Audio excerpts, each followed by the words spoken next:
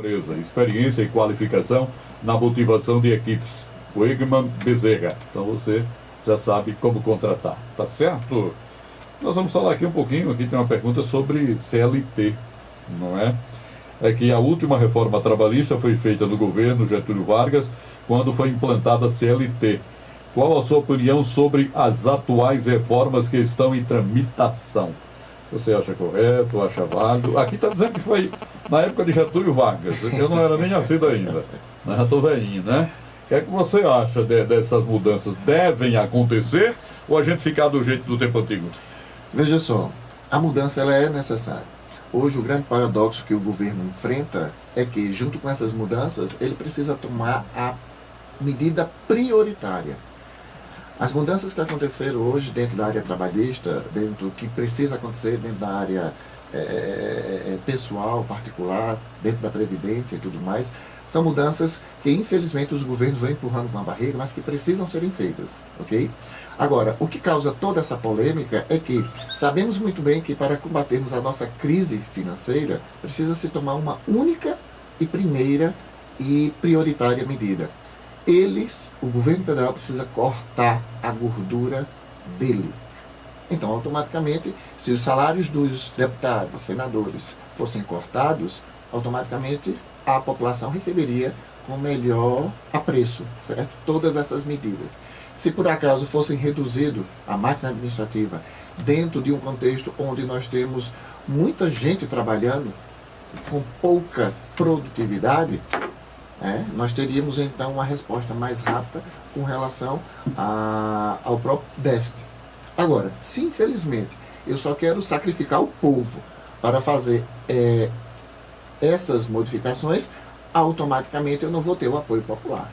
Então, quando não compreender que qualquer reforma hoje no Brasil, para poder realmente ter o apoio da população, a primeira atitude a ser tomada tem que ser do próprio governo.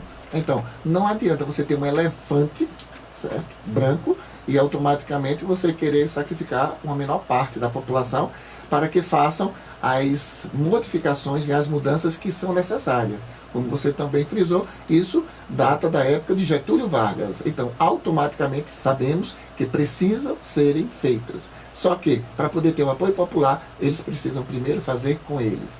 Sabemos muito bem que é inaceitável você hoje ver um deputado ou um senador ganhar o que ganha com as inúmeras mordomias que se acopla ao próprio salário dele. Auxílio moradia, auxílio paletó, cabeleireiro de graça, combustível de graça, é um absurdo. Então, no meio de uma crise, qual é a primeira providência a se tomar? Cortar, pelo menos, essas mordomias. Você acredita que a Previdência está falida? Veja, existem estudos dos dois lados, né? Uns que mostram que não, e outros que mostram que sim.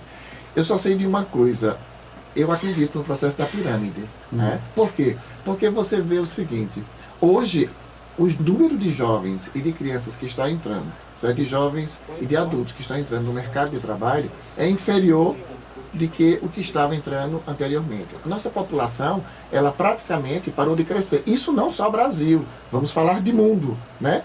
Antigamente, um casal tinha quantos filhos? 8, 9, 10, 12 filhos e assim por diante, não é isso? Hoje, um casal, quantos filhos eles têm?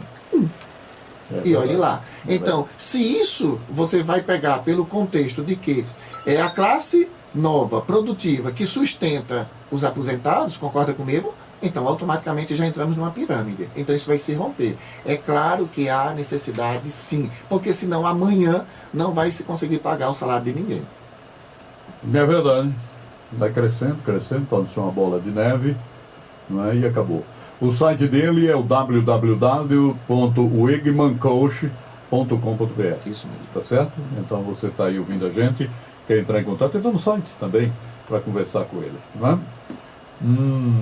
O comportamento das pessoas vem mudando ao longo dos últimos anos, influenciando diretamente nos hábitos de consumo dos brasileiros. Seja por restrições orçamentárias, seja pela falta de segurança ou até mesmo pelo simples ato de experimentar algo diferente. E aí surge a pergunta, Wegman, o que fazer e como lidar com essa nova realidade? Perfeito. Essa pergunta ela é muito instigante, né? Porque ela vai realmente no âmago de uma mudança. Hoje, para nós podermos lidar com essa nova realidade, o ser humano ele precisa investir mais nele. Eu vejo hoje, Glaucio, que o fator psicológico ele tem uma influência muito forte, não só no contexto de realização pessoal das pessoas, como principalmente também na parte profissional. Nós muitas vezes entramos numa empresa em que o fator psicológico às vezes pesa mais do que o próprio administrativo. Um psicólogo americano chamado Martin Seligman, ele já fez uma pesquisa e ele identificou que 70% de uma venda ela está focada no poder de crença de quem está vendendo. Isso é muito forte. Sabe o que quer dizer isso? Isso quer dizer que se o meu psicológico, eu engendrar o processo da crise, eu acreditar na crise, eu simplesmente me reprimir, que foi o que aconteceu com o mercado nosso, né? Eu paro de investir, o que é que acontece? O dinheiro ele começa a sumir. Você não acredita que você possa fazer uma reforma na sua casa, você automaticamente não acredita que você possa continuar a investir no seu comércio, você para simplesmente de acreditar em você e naquilo que é o que movimenta esse país. Automaticamente, quando eu começo a fazer isso, eu vou começar a ver os reflexos. E aí sim, uma crise que muitas vezes passa a ser imaginária, ela passa a ser realmente física. É como, por exemplo, você colocar na sua cabeça que você está doente. E aquilo ali se transformar numa ideia fixa daquilo. O que é que vai acontecer? O teu corpo vai responder de forma positiva a algo negativo. E você realmente vai adoecer. Vai morrer. Perfeito. Pode até morrer. Velho? E quando você começa a acreditar que pode, veja, quantos empresários nós não conhecemos, isso a nível mundial, que na crise cresceram. Por quê? Porque essas pessoas realmente conseguiram compreender que numa crise eu tenho que ter o conhecimento do meu equilíbrio. Se eu automaticamente sou um comerciante, ok? E vivo do meu varejo, e automaticamente eu faço o meu depósito, eu faço a minha reserva, ok? E eu tenho um gasto X, que eu repito mês a mês. E eu não tenho um acompanhamento financeiro, certo? De como é que está desenvolvendo as minhas vendas, eu vou continuar o quê? Comprando. Concorda?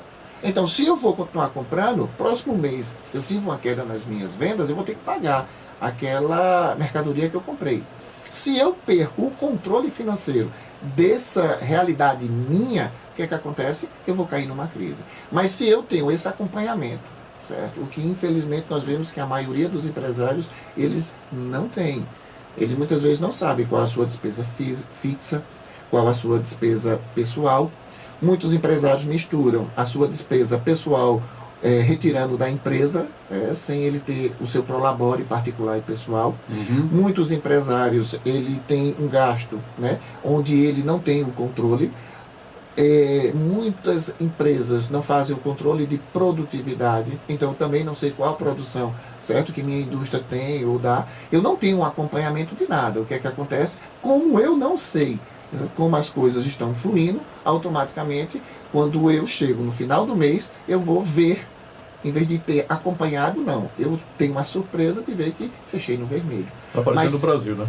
Perfeito. Se eu tiver o acompanhamento, automaticamente, é claro que eu vou ter a noção do que fazer no meio do percurso. Então, vou diminuir minhas compras. Magnífico. Eu digo isso porque, pela experiência que eu tenho como consultor organizacional, eu já vi isso em várias empresas. Então, quantas empresas eu não cheguei que estavam justamente com faturamento vermelho? E a empresa não sabia o que estava acontecendo. E quando nós fomos fazer e acompanhar justamente a parte financeira da empresa, foi que percebeu-se que, na verdade, a empresa ela se geria de uma forma aleatória. Ela não tinha um acompanhamento. E quando passou-se a ter, ela começou a fazer um equilíbrio orçamentário e que não precisou demitir ninguém. Hoje, para você ter uma ideia, das 10 empresas que eu ministro consultoria, eu não vi nenhuma demissão. Eu vi contratações. Isso é bom, né? Perfeito. Isso quer dizer o quê? Isso quer dizer que a empresa ela está se habituando à crise.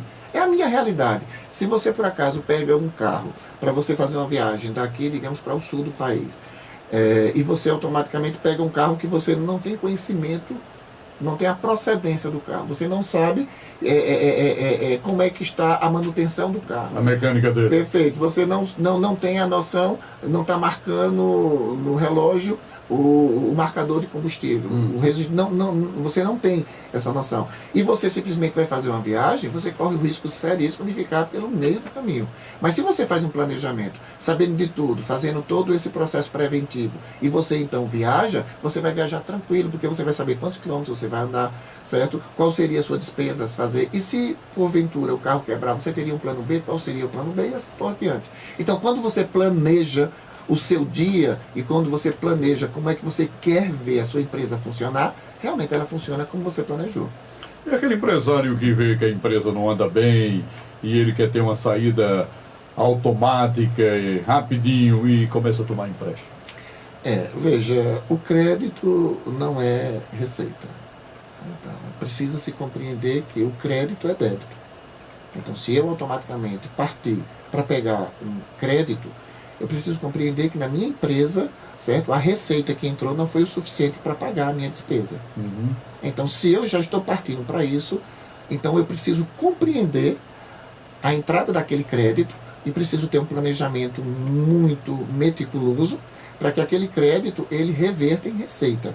Para que daquela receita eu possa pagar o meu débito, e agora esse novo empréstimo que eu acabei de fazer. Mas já não estava dando certo. Aí eu tomo aquele empréstimo para tentar uma solução imediata. Não existe. Como é que eu vou pagar esse empréstimo, pagar o rombo que já estava lá atrás? Como é que fica? É como eu estou te dizendo, se a pessoa não tem a noção do porquê eu estou hoje precisando pegar um empréstimo, dê uma paradinha e busque então saber por que você chegou a essa situação.